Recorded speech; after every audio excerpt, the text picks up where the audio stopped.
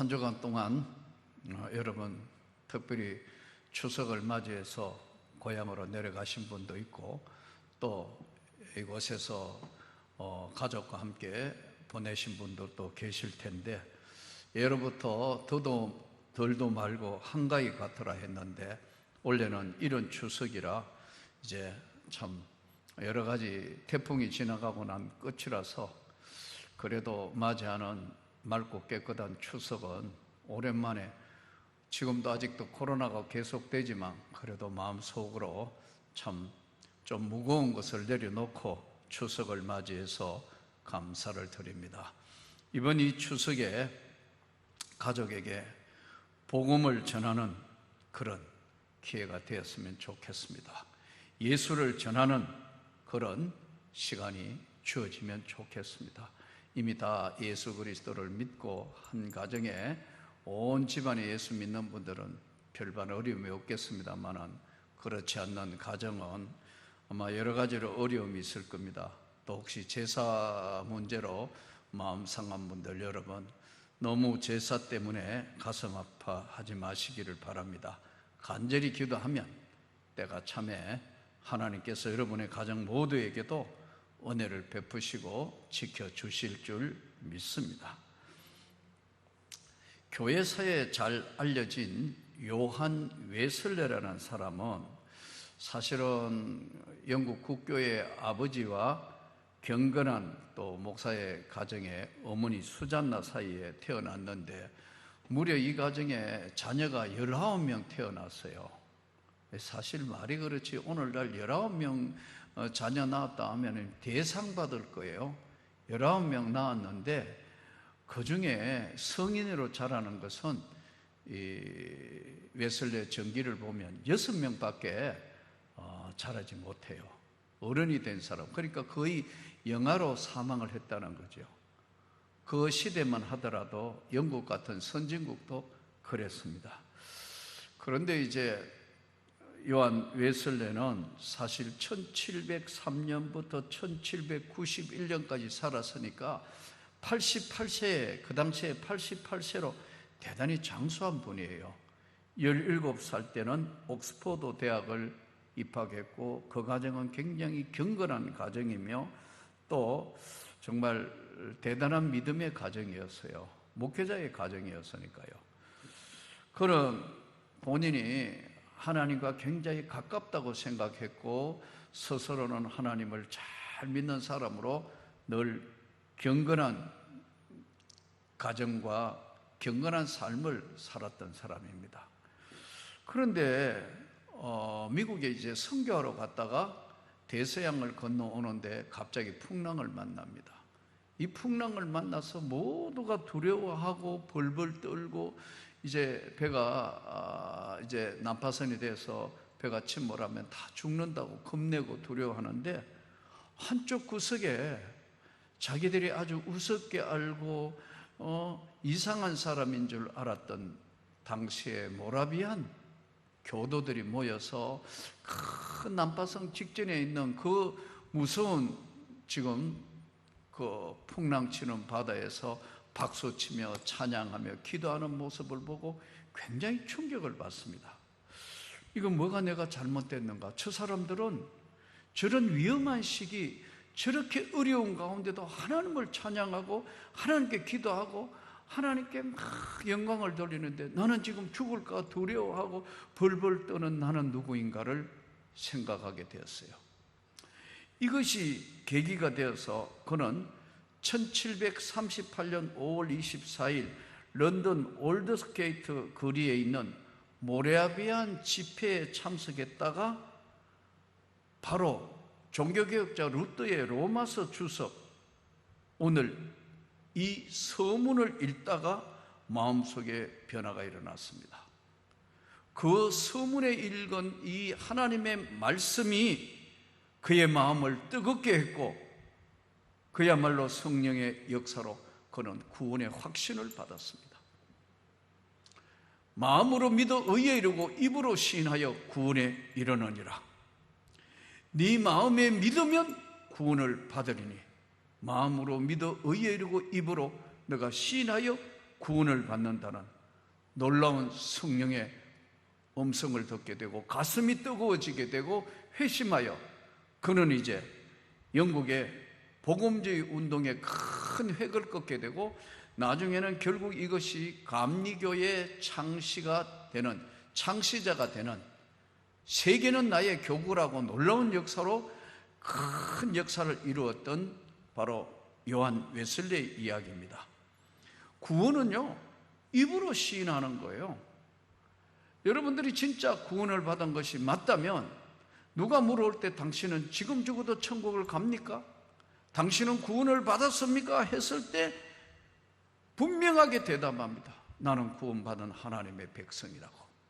입으로 시인하여 구원에 이르느니라. 내가 만일 내 입으로 예수를 주로 시인하며 또 하나님께서 그를 죽은 자 가운데 살리신 것을 너의 마음에 믿으면 구원을 받으리라. 입으로 반드시 시인을 하게 되었습니다. 입으로 시인하지 않는 것은요, 절반쯤 구원의 확신이 없는 겁니다. 분명한 구원의 확신이 있는 사람은 언제 어디서 누가 물어도 나는 구원을 받은 백성이고 하나님 백성이고 반드시 죽으면 주님의 영광의 천국에 이른다는 것을 믿고 입으로 시인하는 겁니다. 마음으로 믿어 의에 이르고 마음으로 믿는다는 건 대단히 중요해요. 그래서 한 사람씩 사실 구원을 받았는가 안 받았는가 이 사실 전교인을 사실은 다 체크를 해봐야 돼요. 오늘날 이렇게 할 수 있는 교회가 별로 없고 특별히 제자 훈련을 하지 않는 이상 이 부분은 쉽지가 않아요. 또 신방 가서도 이런 이야기를 함부로 물을 수도 없고 개인에게 또 이야기하기도 곤란한 그런 시대가 됐습니다. 구원 간증이라는 것은 하나님의 말씀과 은혜로 다시 태어난 계기가 무엇인가? 언제 회개했으며 내가 언제 믿음의 시점으로 삶이 바뀌었는가? 믿기 전과 믿은 후에 내 삶은 어떻게 달라졌는 것인가? 이것을 확실하게 자기의 이야기로 담담하게 하는 이야기를 구원 간증이라고 그럽니다. 이 구원 간증은 다음 네 가지의 정확한 것이 있어야 합니다. 첫째는 팩트, 사실에 근거해야 됩니다. 지어낸 이야기는 절대 안 되는 겁니다. 사실, 그리고 구원 간증은 구체적이어야 되고 개인의 삶의 이야기해야 되고 간결해야 합니다. 다시 말씀드리면 입으로 시인하여 구원을 받고 마음으로 믿어 의에 이른다. 마음으로 믿어 의에 이루었다. 믿기 전과 믿은 후의 삶은 전혀 다른 삶이라는 거예요. 제 경우도 그래요. 믿지 않는 가정에서 성장하면서 내가 진짜 예수를 믿고 구주를 영접하고 난 이후의 삶과 그 전의 삶은 너무 다른 삶이에요. 너무 다른 삶이라고. 예전에 어느 교회에 이제 그 새가족들 새생명 축제한다고 해서 강사로 간 적이 있습니다. 새생명 축제에 강사로 가고 잘 마치고 내려왔는데 누가 나 옛날 이름을 부르는 거예요. 목사의 이름을 덕진 이름을 부르는데 이 목사님 이건 익숙한 건데 이덕진 이렇게 나의 개인 이름을 부르는 건 참 오랜만에 들은 것 같아요. 그래서 깜짝 놀라서 누구시지요? 하니까 자기 이름을 대는 거예요. 누구? 보니까 고등학교 때 아주 친한 친구인데 시간이 너무 많이 흘러가지고 계산돼 보니까 한 43, 4년 중간에 한두 번 소식은 듣고 했는데 세상에 그 친구가 장로가 되어 있는 거예요. 내가 너무너무 놀래가 너 예수 믿는 거고 이 교회 뭐야? 장로님이다. 장로다. 그래? 이야, 너가 예수 믿었구나. 그랬더니 너는 목사 됐잖아. 그러더라고. 얼마나 놀라운 사실이. 그래서 갑자기 그래서 만나서 지금은 아주 교제를 정말 원활하게 하고 있는데요. 마음으로 믿어 의에 이르고 입으로 시인하여 구원에 이른다는 겁니다. 구원 간증은 사실이 기초해야 되고 또 구체적이고 개인의 삶이며 간결해야 합니다. 믿는 자는 오늘 말씀대로 11절 말씀에 성경에 이르되 누구든지 그를 믿는 자는 부끄러움을 당하지 아니하리라. 부끄러운 거 없어요. 여러분 제사 지내는다고 여러분 막 숨기고 할 거 없어요. 여러분 집이 제사 지낸다 해도 나는 여러분이 당당하기를 원합니다. 제가 그랬어요. 예. 온 집안에, 예. 제가 아무도 안 믿는 우리 가정에 우리 집 사람을 결혼하겠다고 데려왔어요.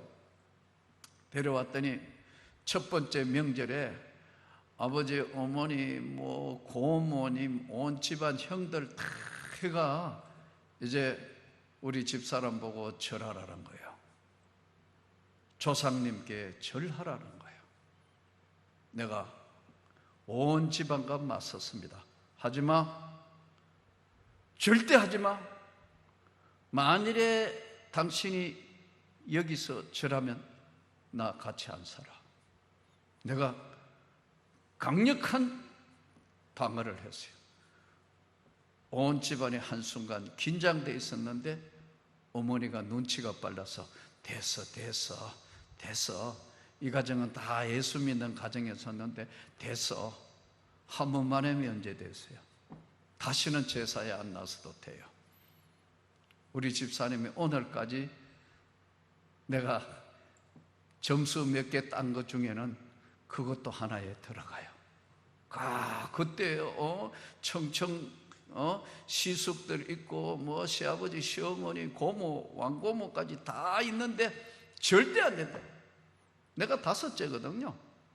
그런데 막았었어요. 절대 안 된다. 여러분 될 것과 안 될 것이 있어요. 절대로 부끄러움을 당하지 아니하신다. 믿으시기 바랍니다. 왜냐하면 하나님이 지켜주시니까요. 입으로 시인하여 구원에 이룬다. 앞으로 언제 어디서 무엇을 하든지 예수 믿는 사람답게 당당하기를 축복합니다. 부끄러움을 절대로 당하지 아니하신다.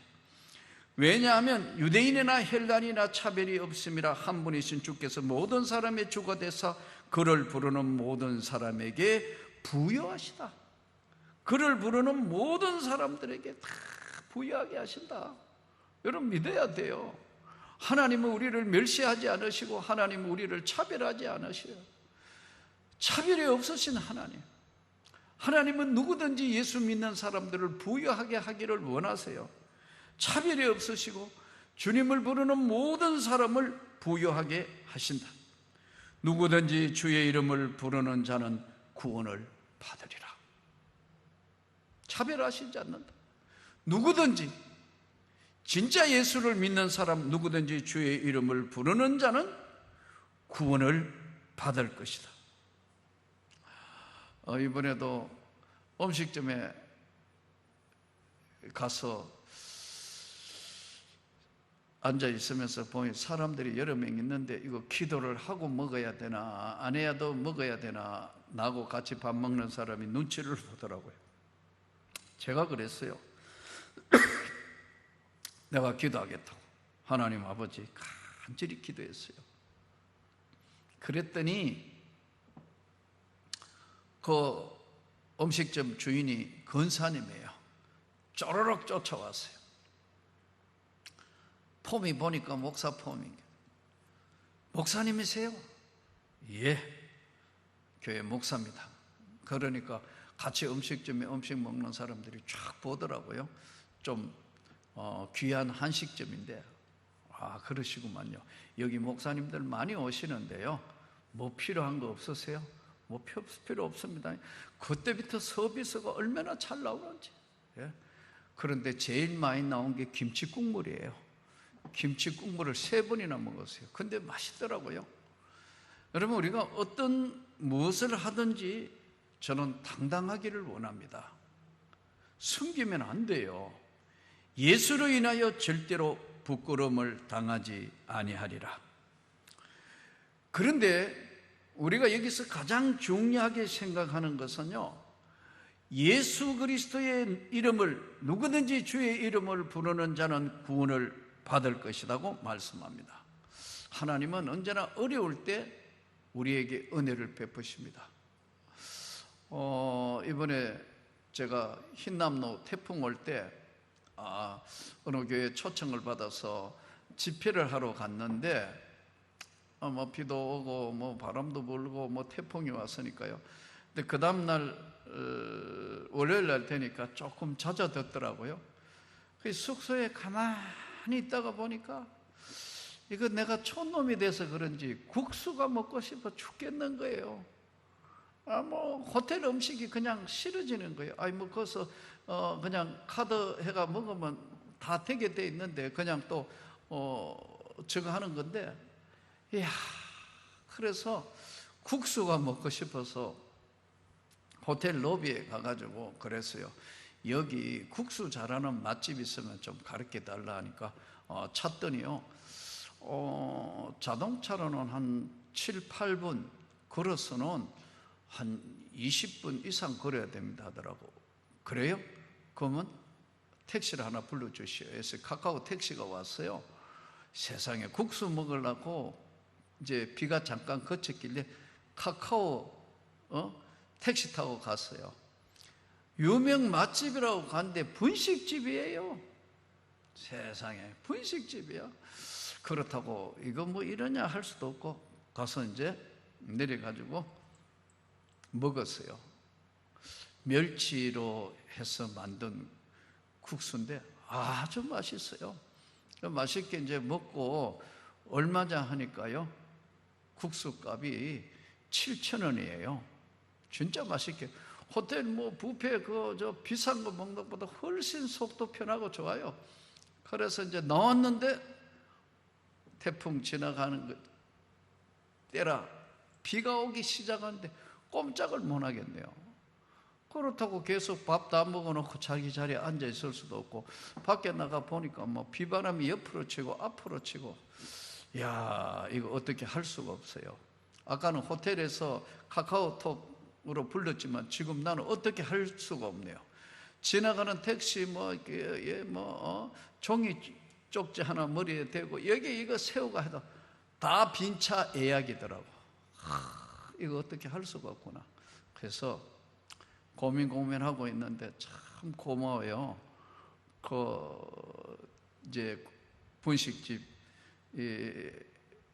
여자분이, 아이고 손님, 이거 비가 오는데 이래 계시면 안 되고요, 옷이 다 젖으니까요. 아니, 우산을 빌려주는 거예요. 그래서 택시를 잡다가 안 돼가지고 이제 다시 이제 내비 지도를 찍어가지고 걸어서 호텔까지 왔어요. 옷이 다 젖어서 국수 한 그릇 먹으려고 바보같이 해가지고 밑에 바지를 이제 다시 틀어가지고 걸어놓고 이제 그다음 아침 또 집회하러 가야 되니까요. 근데 화요일 날 교회 잠깐 들리고 수요일 날 됐는데 아주 맑아진 거예요. 또 국수가 먹고 싶어. 어차피 우산도 돌려줄 겸에 가야 되겠다 해서 한번 걸어왔다 하니까 20분간을 또 걸어가지고 거기를, 비 오는 날은 정신없었는데 찾아가서 국수를 또 먹었어요. 국수 먹고 일어나면서 고마웠어요. 빌려주신 우산 가져왔다고 놀라는 거예요. 그냥 드렸는데 가져왔냐고. 아니, 어떻게 우산을 가져갔는데 그냥 우산 돌려주러 이렇게 오시다니요. 너무 감사해요. 이런 분 처음 보겠대요. 내가 뭐라 했겠어요? 나 예수 믿는 목사요. 감격하더라고요, 이분들이. 주 예수를 믿으시오. 그러니까 저는 주 예수를 믿으세요 하면은 예, 믿겠습니다 할 줄 아는데 알겠어요 이래요. 아니요가 아니에요. 그래도 이분이 부드럽게 알겠어요 그러더라고. 주방에서 일하는 사람이 서로 아마 이제 딸하고 어머니 사이 같아요. 주방에 일하는 자기 어머니 같아요. 그분에게 이분이 어제 빌려갔는데 그냥 드렸는데 우산 가져왔다고 한쪽에 두께요 그러더라고. 우리가 세상을 살아가면서요, 하나님 앞에 우리 복음은 반드시 보내는 사람이 있고 전하는 자가 있다. 전하지 않으면 어떻게 들으리요? 전파하지 않는 사람인데 어떻게 이것이 복음이 전해지겠다는 거예요.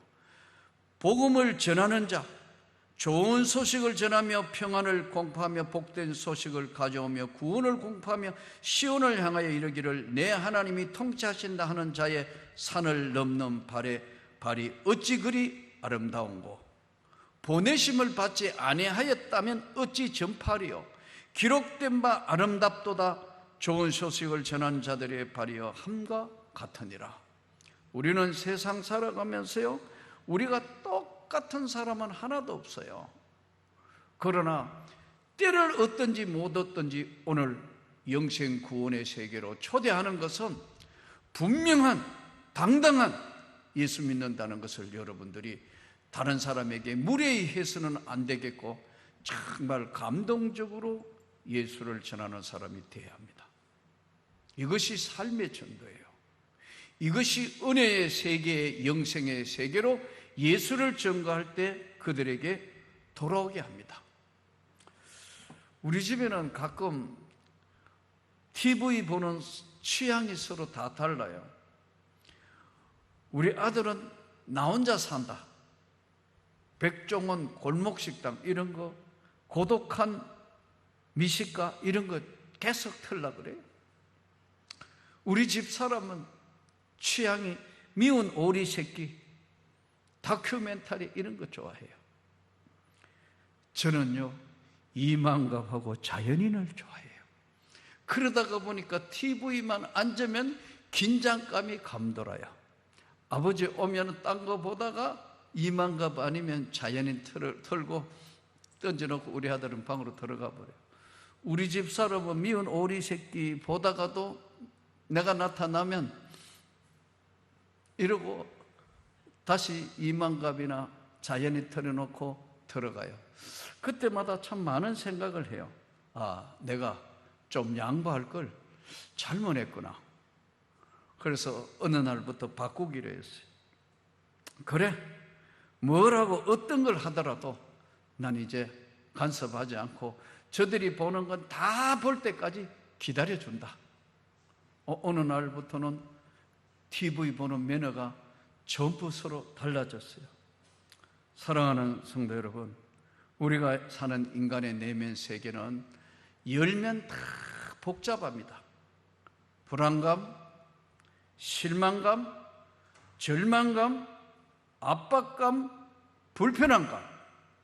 우리가 사는 하나님을 믿기는 믿는데 전적으로 신뢰할 수 없는 상황에서 우리가 이 땅을 살기 때문에 우리 마음의 갈등과 아픔은 언제든지 있습니다.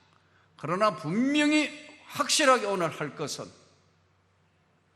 입으로 시인하여 구원에 이르느니라. 내가 만일 내 입으로 예수를 주로 시인하며 하나님께서 그를 죽은 자 가운데 살리신 것을 너의 마음에 믿으면 구원을 받는다. 믿으면 구원을 받는다. 이것이 너희에게서 난 것이 아니고 하나님의 선물이다. 이 선물을 저와 여러분이 만나는 모든 사람들에게 영생 선물을 전하고 또 전하고 전하는 아름다운 발길이 되어서 하나님께 영광을 돌리기를 축복합니다. 오늘 이 땅의 삶에 한 번밖에 없는 삶인데 사람들이 너무 스트레스 받고 사는 것 같아요. 여러분, 오늘 우리가 스트레스를 받다가 보니까 사람들이 스트레스 살찌는 것도 있고 스트레스 때문에 호르몬 변화도 있고 스트레스 때문에 우리 인간의 삶이 엉망진창으로 돌아가는 경우들이 많습니다.